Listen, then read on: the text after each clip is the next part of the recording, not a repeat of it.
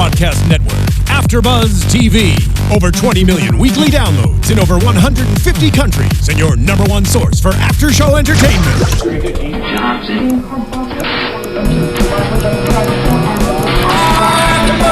AfterBuzz TV, the destination for TV superfans, producing aftershows for over 300 of your favorite TV shows, interviewing celebrities and showrunners, and bringing you behind-the-scenes exclusives. All thanks to E! Entertainment's Maria Menounos, producer Kevin Undergaro, and internet leader Akamai.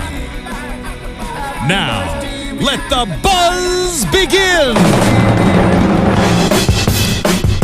Welcome, ladies and gentlemen. If you get in trouble.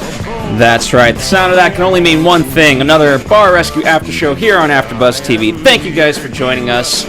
No, I am not Kevin Undergaro. He is actually with our own Maria Menounos, helping her out on her first day of her serious show called Conversations with Maria. Very exciting. I know. It already aired, so you can listen to it on demand on the Sirius app. Be sure to go there. But hey, nonetheless, we are still here. We're talking Bar Rescue. I have Tall Mia. Hi, Phil. Hello. Good having you. We don't have any other special guests today, but I think we're special enough. I feel pretty special. There you go. We're, of course, talking about the Martini Brothers tonight in Youngstown, Ohio. Indeed, we are. And you had the pleasure of being there, so another inside look at an episode. Sure, yeah. I was there. I lived it. So let's start off, as we always do, with the Recon. Here we are. We have two brothers, the Martini Brothers, and what I call the sidekick. pretty aptly named. So we have Joey and Dan, the Martini Brothers, who were very interested in getting into the bar business. They had owned a bar in 2010. It just wasn't going anywhere, and then they meet Jacob. Who now owns, it kind of makes sense, but it's also half confusing in some ways, where he's the landlord, but he owns 8% of the bar. Well, I think the deal with this is that they met Jacob, who owned this property that had a bar, upstairs and downstairs. And in order to get a discounted rate on the rent, they brought him in as a partner, but only for 8% of the business. Which, again, makes sense, and it makes him certainly vested to not... I mean, 8% isn't necessarily too high, but at the same time, there's a vested interest in that. Well, considering that the other brothers shared 92% of the business and was still allowing Jacob to call the shots on the day-to-day operations, that was the biggest problem from the onset, is that...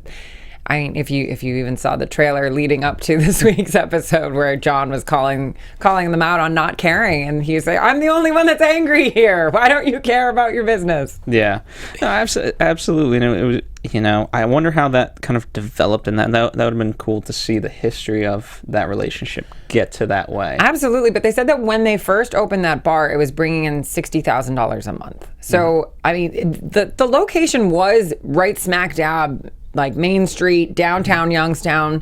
There were banking buildings. There was a thriving economy that was happening downtown. It was the hub, the center of Youngstown. So there was a lot of activity. So it wasn't completely like small town, middle of nowhere. So it's fully understandable to think that when they first opened, they were doing a pretty solid business. Mm-hmm. Absolutely, and as kind of John points out in the Recon, this is a problem. It's problematic area, in, for lack of a better term, in the sense that the population was way higher, over 150,000 people. Now we're down to about 65, give or take. So it's not quite half of that population, but nearly. Yes, it's close. Yeah. So you've got to get every person that could have come in. Now you got to get them twice to come in to make up for that. Exactly. And it was interesting because last week's episode was also Youngstown, Ohio. So it was interesting to see a different part of the same area, and how it was affected by what we saw in the episode last year. Focused a bit more on when people left, when there was an economic decline in the area and people just left. Yeah. So that was the reason for the population decrease, but... Yeah, I always like kind of getting that history. I mean, if if you're a fan of American history, you know, you don't necessarily learn the local perspective of that. You know, I mean, there's so much to cover in U.S. history alone. But Exactly. it's fun to kind of dive in that way, and especially, you know, if you're like these brothers, this is something that should be taken into account, and I don't think they necessarily did. Oh, they definitely didn't, because by the time we got there and we're doing Recon with John, he filled us in that they were losing $3,000 a month, and they were within 6 months of closing their doors, which is not good. And then you had Sophie.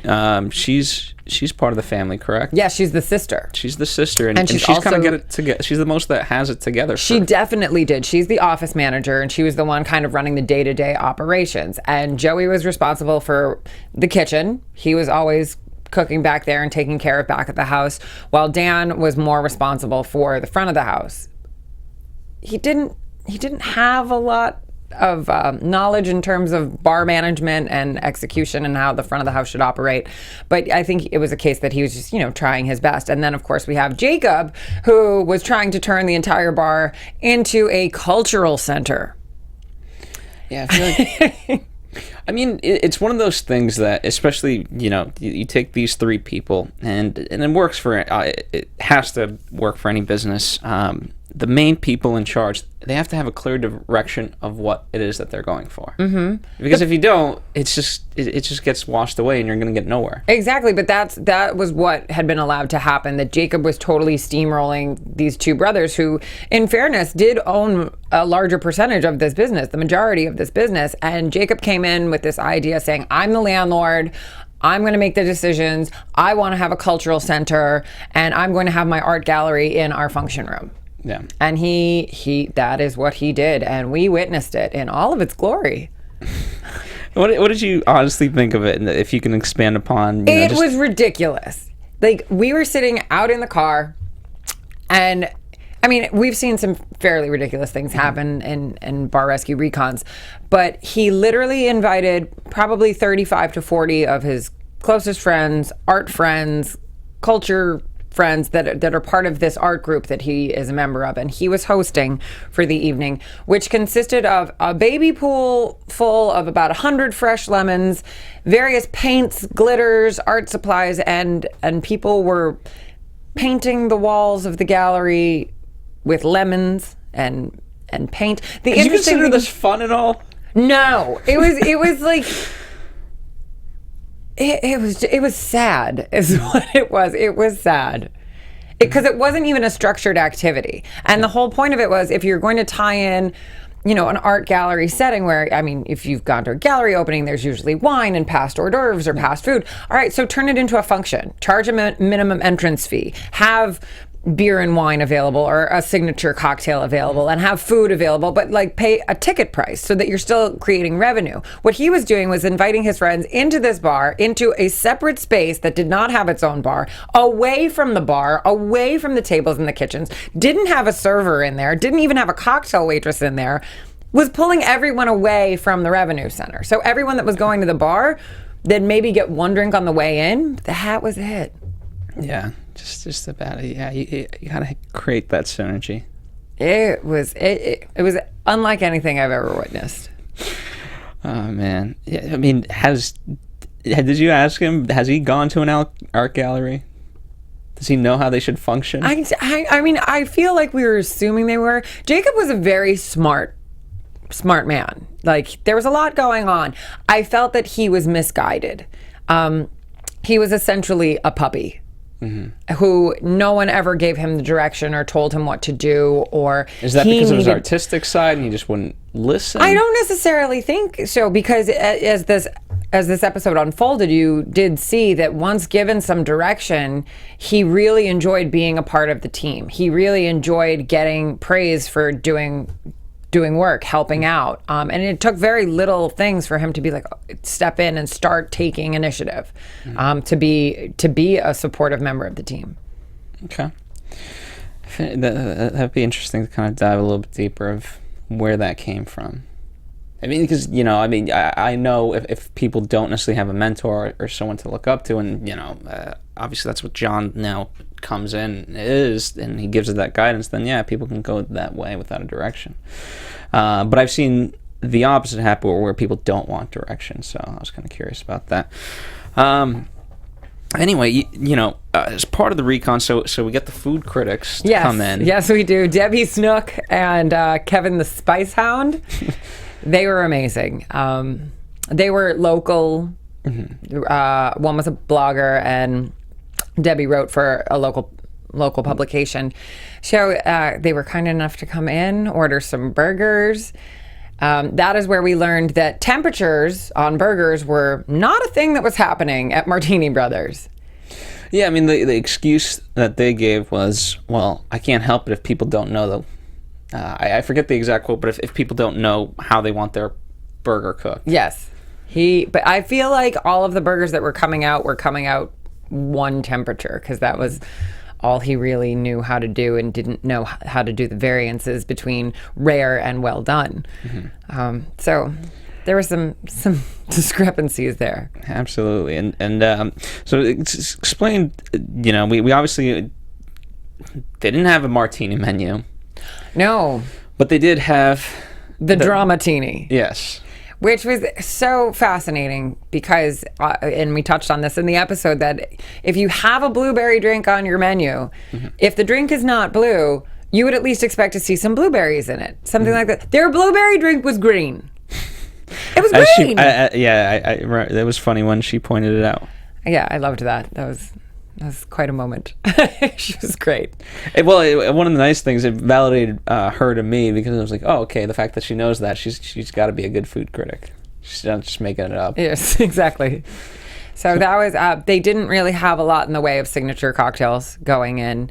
They were a burger beer bar, but that was their crowning achievement of a signature cocktail, that they had a green blueberry drink. Fair enough. Yeah. Oh man, it's just the one martini. And we saw the classic mistake that we see over and over again. I don't know if you saw when they were actually making the Dramatini, the overpouring that was happening at this bar was just ridiculous. I mean, that was a large tumbler that they were making. It was a build that they were doing in the glass, and she filled it halfway with alcohol. That is, no. I mean, I take it she must have not made it a lot. I don't think so. People must not order that a lot. But anyway, one of the things that wasn't quite touched upon in the recon, but as you guys went in, the filthiness of it all. That is something that I don't know if it made it into the cut of the episode, but when we were doing recon, John kept pointing out how every time Jacob would go from the art room to the bar, back to the art room, to the bar, he was more covered in paint, in glitter, in whatever. And it was a perfect examination of how cross-contamination happens. We talk about that in the kitchens all the time, of like wearing the gloves and then taking them off and putting on a fresh pair before you touch like different meats or vegetables or stuff, like cross-contamination. This was a perfect example. It was a visual execution of how cross-contamination happens, because he would walk into the room, he'd get paint on him, and then he'd walk out to the bar and put his arms down, and then there was paint on the bar. And then he'd go back into the room and he'd come back out with glitter. That glitter traveled everywhere. It was all of a sudden in the service station. It was out at the tables. It was on the floor. That is how it happens. It just takes one. He was the catalyst. And then everyone that was coming in and out of that room was carrying paint and glitter and such. And it was such a parallel of how cross-contamination can happen behind a bar and in a kitchen. Yeah, absolutely. That's funny that you pointed that out. That would have been interesting to see in its full entirety of, just really almost like with a black light going in and seeing all the sprinkles. It was like a crime scene. Yeah, but I mean, even without that, though, I mean, it's a good lesson, but without that, the bar was dirty in and of its own, and then the kitchen as well. It was just gross, and I like how you can always tell when someone's trying to lie, because it takes them a little bit to answer, and when they said maybe a week. Oh, no. Well, okay. I think we're getting ahead of ourselves. So John comes into the bar, yes, and approaches Jacob, who is taking shots at the bar, and John says, you're having shots, and he's like, well, yes, we're celebrating, like they're celebratory shots for this art thing. And then John, of course, points out that, he's like, well, are you making money? Are these people paying to be here? Are they getting? And his excuse was, it's not the primary revenue generator of the building. And it was so sad because he was trying to be sophisticated and eloquent when talking to John about his art gallery, but he was basically admitting that he was doing nothing to support the business. Yeah. So I found that very entertaining. So then we do a walkthrough of the bar and find that the bar is not clean. But I think that the most dynamic scene, or one of them in this episode, was when John and Chef Michael Ferraro, the new chef that came in from New York, great guy. I thought he brought a lot to this episode. He's fantastic to work with. But the two of them go into that kitchen.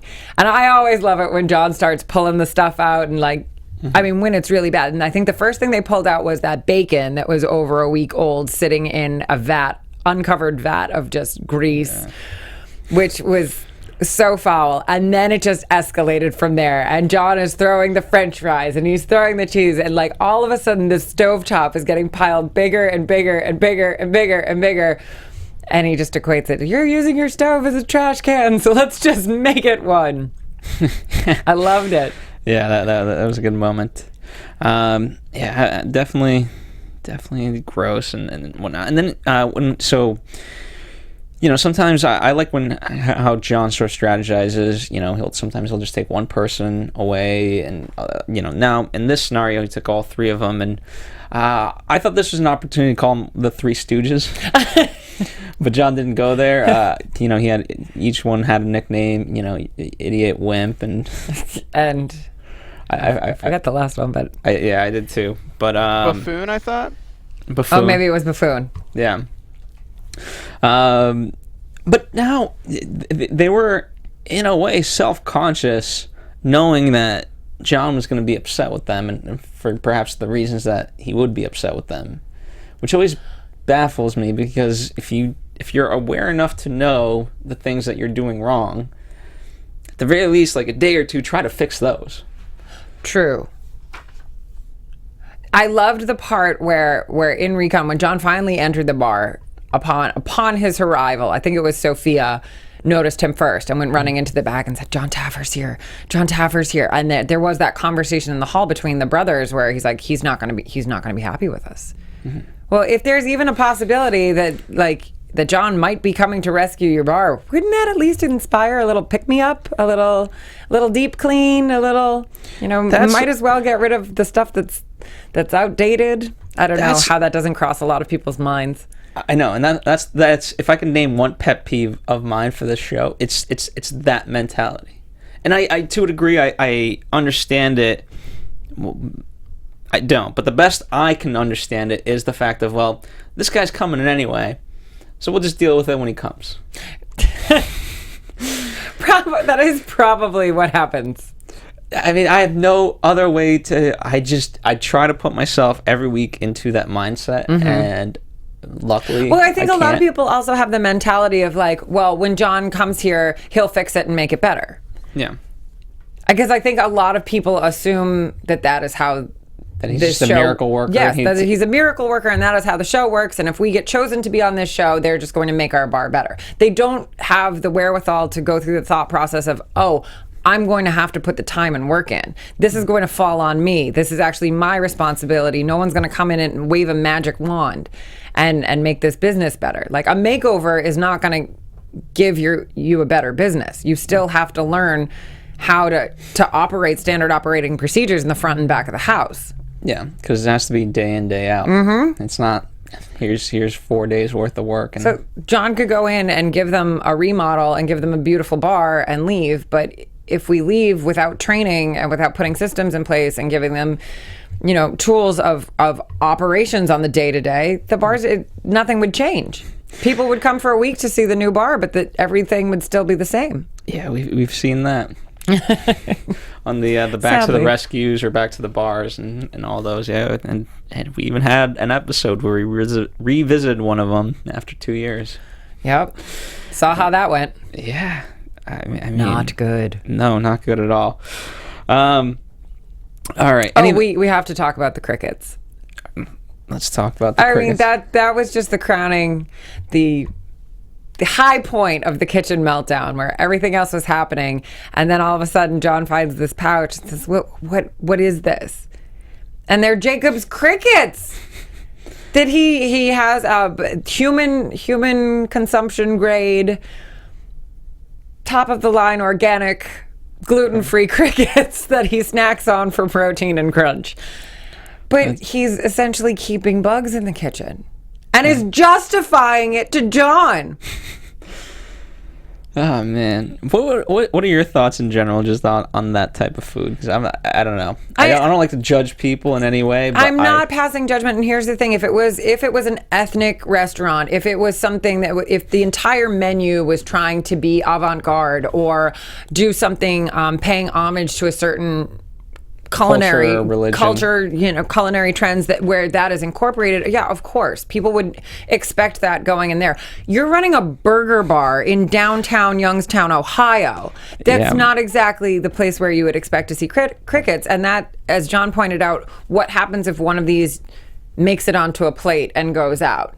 Then you have a situation. Then you have a problem with a guest saying, there's a bug in my food. It would make the lettuce sure a little bit crispier. So him justifying them to John by saying that they were human consumption grade quality. Oh God, no! It was so good. I mean, that's the problem. I feel like you really have to be really up to date and really know kind of a lot in order to argue with John. Because I mean, we've seen crickets in a bar, but we haven't seen like a cricket bar yet. But I feel like John would know how to set one up. I think he would too. But that goes along with all of the research that goes in to bars and from experience. But if anyone could do it, it would be John Taffer. I would love to. I would love to see one, and where it would actually make sense. I know we'd have to find the right city, right demographic, but it's probably there's out there. local areas, yeah. So who knows? All right. Anything else before we kind of get into the stress test? Yes. Let's go. Let's do the setup for stress test, like the meeting. The next day, the meeting, kind of with the entire staff. Yes. And moving into we just gave them a few cocktails and a very simple burger to do for stress test. Yeah, and I also want to talk about, because one of the things that came up was. I'm not the only, I'm not making any money off of this, but the staff is, and I haven't been getting paid. Was a significant moment of this episode where it was really an awakening for Jacob, where they were having that staff meeting beforehand and they were talking about Jacob not getting a paycheck. He's there as the landlord. He's there as the 8% owner. He comes in and out and does his whatever he does, but Dan was saying what he does not necessarily qualify as work, whereas the two Martini brothers were responsible for more of the day-to-day operations. But when it came down to asking the staff about making money and getting paid, and Jacob saying, well, I don't get a paycheck, and then John asking the staff, how are you guys doing here? And for him to hear that he was just assuming that everybody there was still making money. Yeah. But based off, and that's what baffles me. Based off of what? Do you see the revenue coming in? Yeah, they're pocketing thousands of dollars. And he is treating the place as his own private piggy bank, where he's going up to the cash register, taking cash out, and writing IOUs that he was never making good on. I mean, this guy's seen Dumb and Dumber way too much. Because you remember that scene of yes. What the hell is this? Those are IOUs, sir. That's better than money. See, every cent accounted for. Just, yeah. Well played, Phil. No, because literally, in that movie, much like in this, exactly. You can have, sure, you can write down IOU as much as you want, until that IOU actually, if you every week started paying off those IOUs as opposed to writing more IOUs, maybe it might be believable. Mm-hmm. But that's not what was happening there, where they would literally go in the drawer and there would be IOUs from Jacob. And, one of the reasons I bring this up is I equate it to, in some ways, for me, I also like Robert Rodriguez, the film director, and he has a very strict policy. As soon as you start to spend money, that's what opens up the floodgates, and you just end up for a movie that could have cost you. I mean, he literally made a movie for $7,000 that looked like it was made for millions. But that's when you just overspent. And so in this scenario, as soon as you start writing IOUs, it just opens up that floodgate, and you're never going to pay it back. Of course. So just refuse to spend. Yeah. And refuse to write IOUs. Oh my goodness! But it seemed like that kind of did work for him to really. It was a real awakening for him that you could see where he just assumed that everybody was still making money, and he thought he was the only one not getting a paycheck. Granted, if they weren't still getting a paycheck, their paychecks were being affected by the fact that their business was failing. And you had, I think it was Lauren, was it? The server who... You're talking about whether or not to pay utilities versus... or pay her electric bill versus get her kids new clothes for school. And I think that's what really hit home for Jacob, that he didn't realize that his coworkers were being affected by his negligence. Yeah. Yeah, I think that was hard hitting. Again, the fact that they're not making money, but also just the fact that they are actually indeed working, whereas he's just drinking. Oh, and I loved that too, where she's like, what you classify as work here when you're here is not the same as us working here. Where it's like, you're not behind the bar, for 8 hours on your feet, trying to upsell, trying to run a business. You're not running the food. You're not doing working in the service industry can be exhausting. And he just was coming in and throwing his little parties and doing what he wanted to do. And so when she called him out on it and said, what you classify as work is not the same as what the rest of us are doing here, I thought that was very powerful. Yeah, and I always I always love these full-on team meetings. I do too. And I'm always surprised because that's where everything comes out. Yeah, and I'm always surprised how honest people actually can be, because there's a part of me that thinks that they would be too scared to really let open the truth. Right, but I feel like when John is there and leading these meetings, there's that safety net where it's like, I can finally say what I've been thinking. I can speak my truth, and this man won't let anything bad happen to me. For the most part, I think he provides a safe space for people to air their grievances. If you're a good person. We've seen it go the other way. We've seen it go the other way where people get fired, but I mean, I never wrongfully so. I don't think. I think anytime anyone has ever been let go from the show, it has been for the right reasons. There's always been a significant reason behind why that employee does not deserve to be there. Yeah, absolutely. So the stress test, we're doing a check system. I really enjoyed this because this was a bar. And was this your idea? No, I mean, it was a collaborative idea. We're always trying to come up with something new for a stress test, of how we can change the format. The show is obviously in its 4th season. Just did 100 episodes, which is such an accomplishment and milestone for any television show. But changing the format, keeping it fresh, keeping the viewers interested, and coming up with new ways of showing essentially the same stress test. But there's more than one way to put people under stress. This was a bar that was set up. They had workstations, and they weren't understaffed. They had 3 competent bartenders back there, the 3 guys. And John came up with the idea a few weeks ago. In Ramona, there was the system where he had come up with everybody had a tip jar, and I would take out money for and I loved that one too, because it was such an effective way to make people realize all of my mistakes are costing me time, and my time is eventually costing me money. I loved that one. And this was the same thing. It was all about working as part of a team. So there were the 3 bartenders, and they each had their station set up. Everybody was good to go. But every time they made an error, I was told that I had to mark it off. So they could get up to 10, and once they hit 10, would have to pull them from the bar. Now, of course, everyone was like, well, I'm not going to hit 10. These guys were they were very confident. And they're like, I'm not going to hit 10.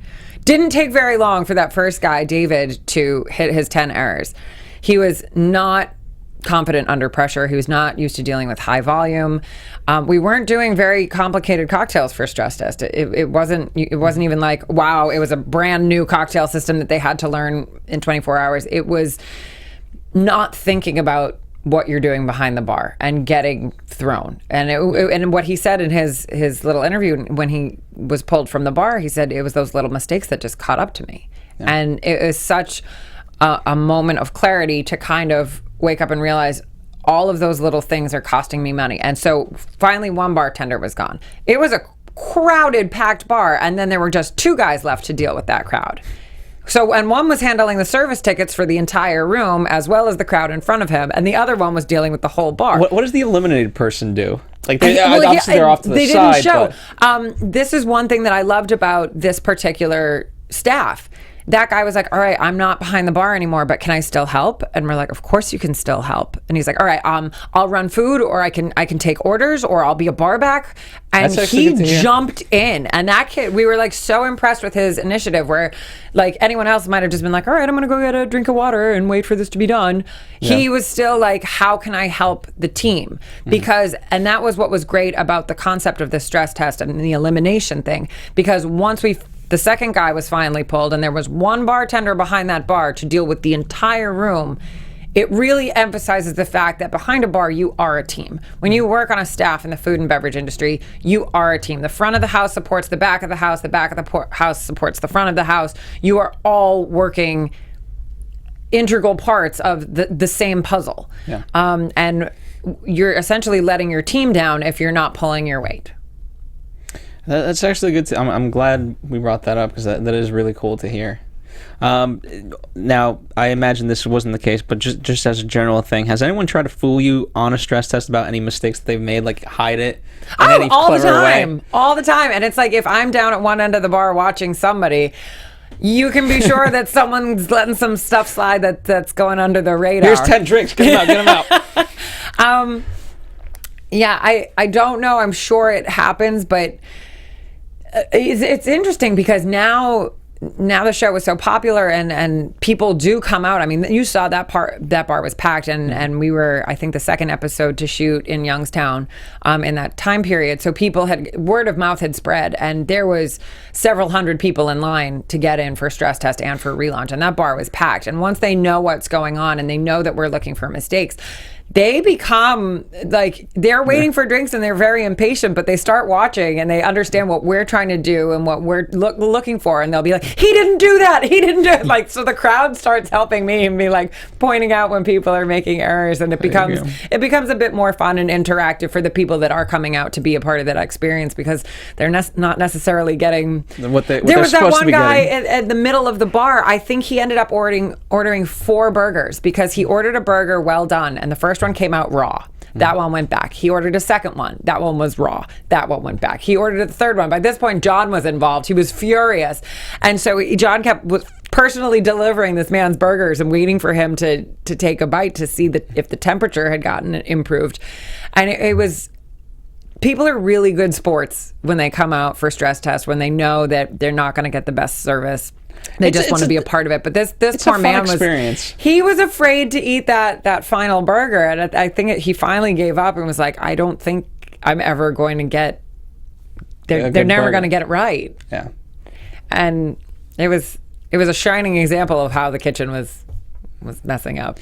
Yeah. I mean, I will say from the experience that I had, it is an experience unlike any other. You know you're going to get crap service, but the fact that you can play with it... It's still so fun, right? Yeah, you have to make it fun. Otherwise, you're just doomed. But there is an element that's sad, and we always do try to encourage the people that come out for stress tests, please come back at the end of the week when we're relaunching. Please give us another chance to come back and see what we can do with these people after we've had time with them, after we've trained them, after we've taught them the importance of steps of service. And I do see a lot of familiar faces from stress tests that do come back to the relaunch of the bar, which is great, because you want that community support when you're trying to launch a new business. Yeah. Fair enough. Now, remind me, because the relaunch is usually on a Friday, right?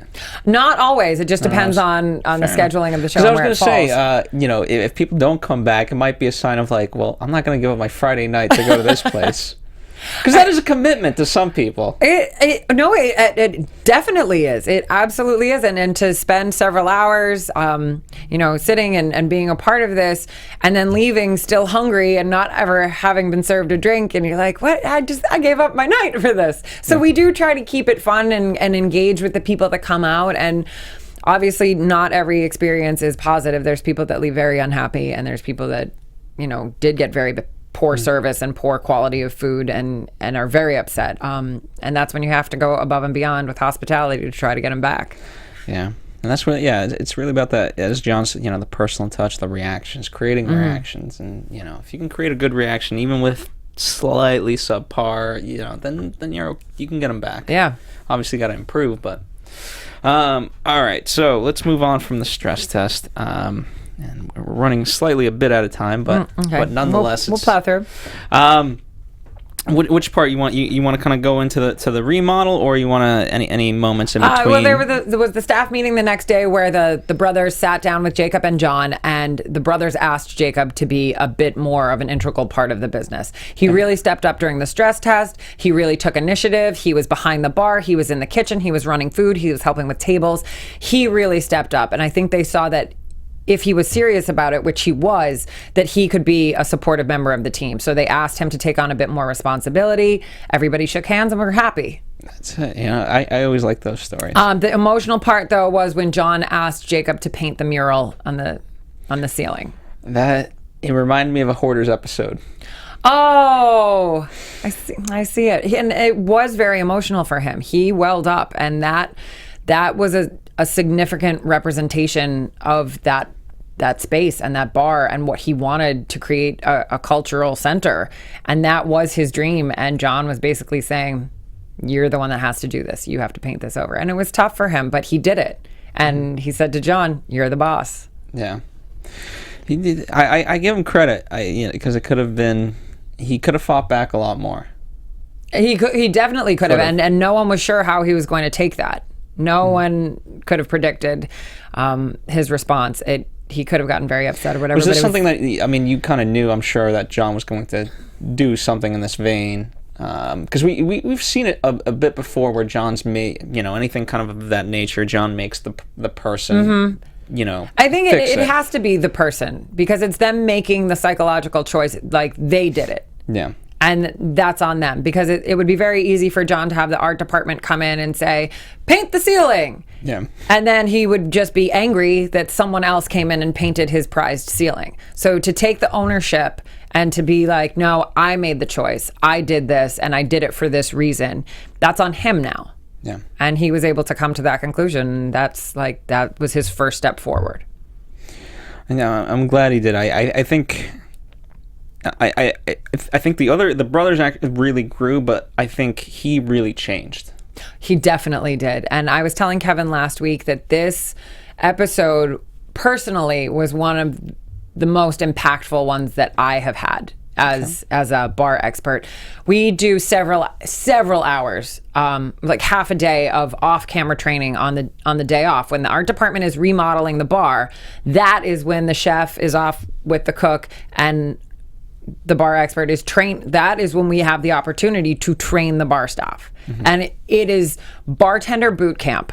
Essentially, you have to go from A to Z with this group of people, teaching them not only their drinks to move forward, but the fundamentals of running a bar. Yeah. So there's so much area to cover, and none of it is on camera, but that is when I get the most out of people, and that's where I see significant change. And normally in my trainings, the bar managers, sometimes they don't even show up. They think it's for the bartenders, and usually they do not participate. In this particular situation, Joey, Dan, and Jacob all showed up to my training, were very attentive. They all got up and made drinks, and Jacob was the last one to do it. And he had been paying attention to everything I had been saying all week long and was spitting it back verbatim.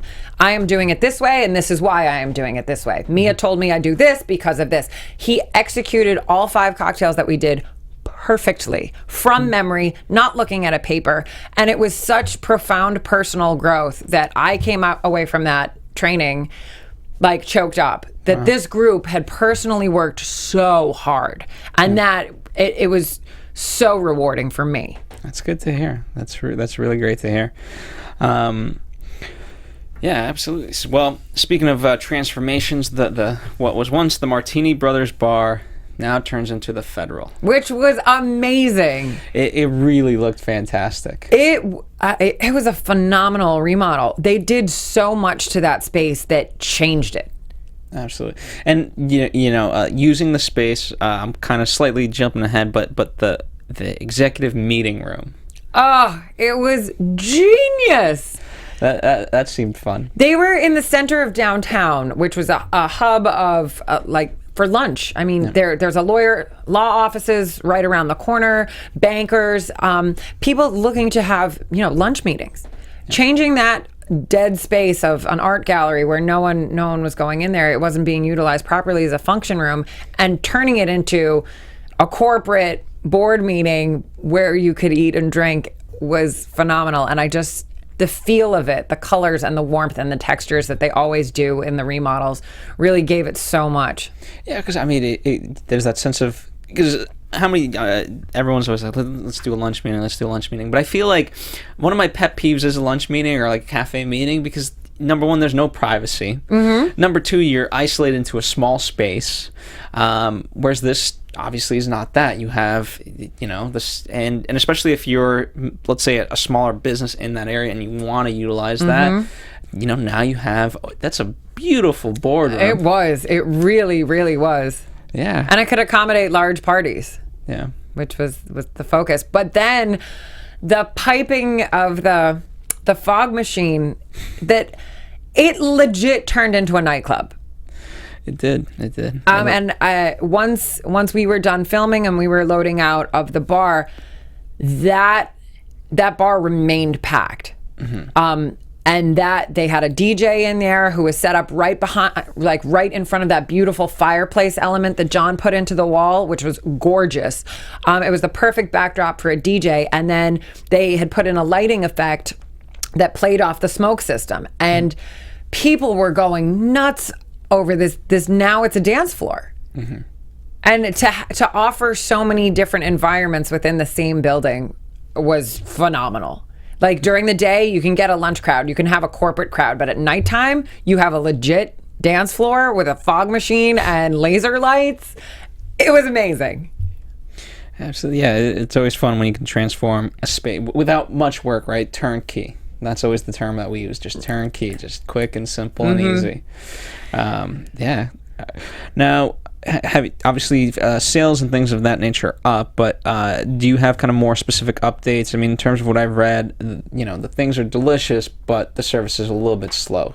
There's always going to be an area of transition. Mm-hmm. I think once we leave a bar, it's up for them to set up a consistent level of service the day-to-day on the day-to-day, where it's like, what is our customer base going to look like? Do we get busier for lunchtime? Are we busier at dinner? Are we busy at late night? Are we staffed appropriately? Do we need to hire more staff? Do we have the cost and funding to hire more staff? And it becomes, now that I have a functioning business, what are the adjustments? So there's always going to be a period of transition once a bar is up and running with a new location. I would say just give it a little time, because the food, the reviews, the food quality is amazing. Everyone is loving those burgers. It's perfect for that area. Everyone was responding to the drink menu. It was very innovative and creative for that area of town. Mm-hmm. We gave them a lot of different options. Yeah, absolutely. So all in all, I mean, it seems like you definitely love this rescue in particular. I did. And so I was glad. so attached to these people. It wasn't. It certainly wasn't shenanigans. No, it was not. There were no shenanigans to be had. But that's, every now and then you need an episode like that where you see good people that can change, and you want that for them. So, certainly weren't the Pirates. Do you guys want the bar rescue updates? Yeah, sure. So it looks like they've kept the Federal. They've been keeping updated a lot. Their Facebook page, anyway. There was a watch party for the episode, and it was kind of funny because they said all that can be said is that we're in for a wild ride. And remember, it's only TV. In reality, there have never been any mistakes, flaws, business, or personality favors of any of the ownership, management, or staff of the Federal, Martini Brothers, Lemon Grove, or any of their subsidiaries.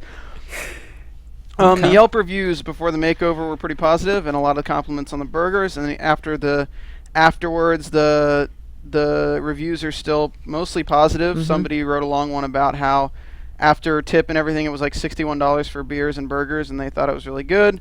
And then there's one that said that the food is delicious, but the service is terrible. The most interesting thing, guys, and I don't know if you know this, Mia, but it's probably going to break your heart a little bit.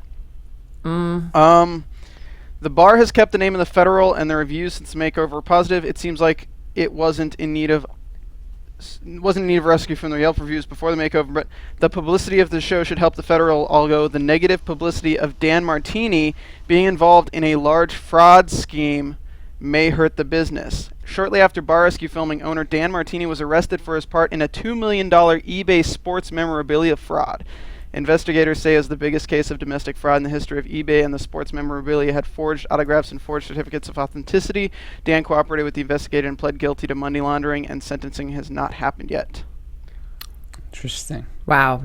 That is unfortunate. Way to drop a bomb right at the end. What am I supposed to do with this? All I would have to say, obviously, the two are not connected. I mean, this is clearly Bar Rescue did not have any knowledge of that going into that. Otherwise, it probably would not have been a chosen bar. I don't really know how to speak to that, but coming from it from a hospitality, food and beverage standpoint, which is the only area I can speak from, I want this business to do well. I want these people to succeed in spite of whatever drama they may be having behind the scenes among the family. I wish them the best. They were wonderful people. I wish their business well. They were a hardworking group, and I think it's hard to hear that, and that's really sad.